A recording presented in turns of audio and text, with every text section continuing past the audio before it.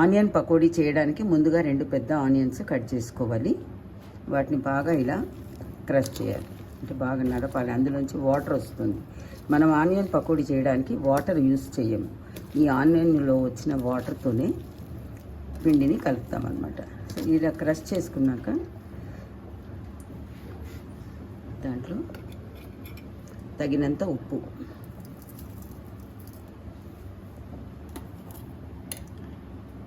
ధనియాల పొడి,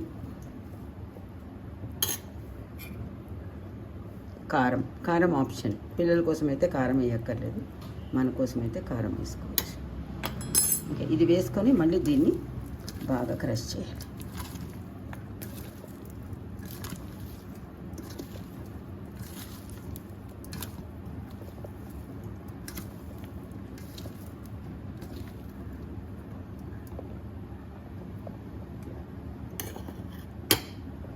దీంట్లో మనం ఫస్ట్ ఒక 2-3 చెంచాలు శనగపిండి వేసుకోవాలి.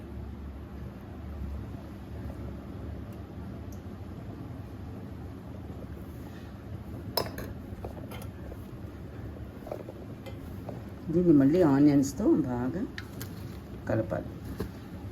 ఈ ఆనియన్ యొక్క వెట్టుతోనే, ఆనియన్ యొక్క తడితోనే ఈ ఉల్లిగడ్డలో శనగపిండి కలిసిపోతుంది అన్నమాట.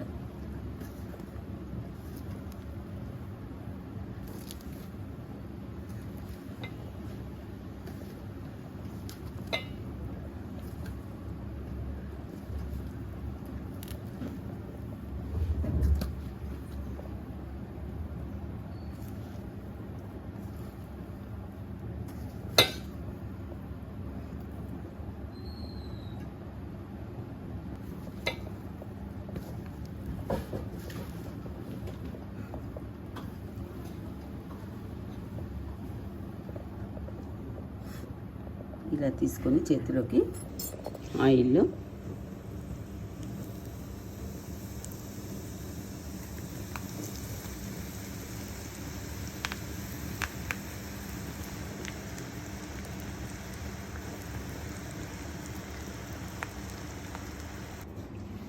వేడి వేడి ఆనియన్ పకోడీ రెడీ.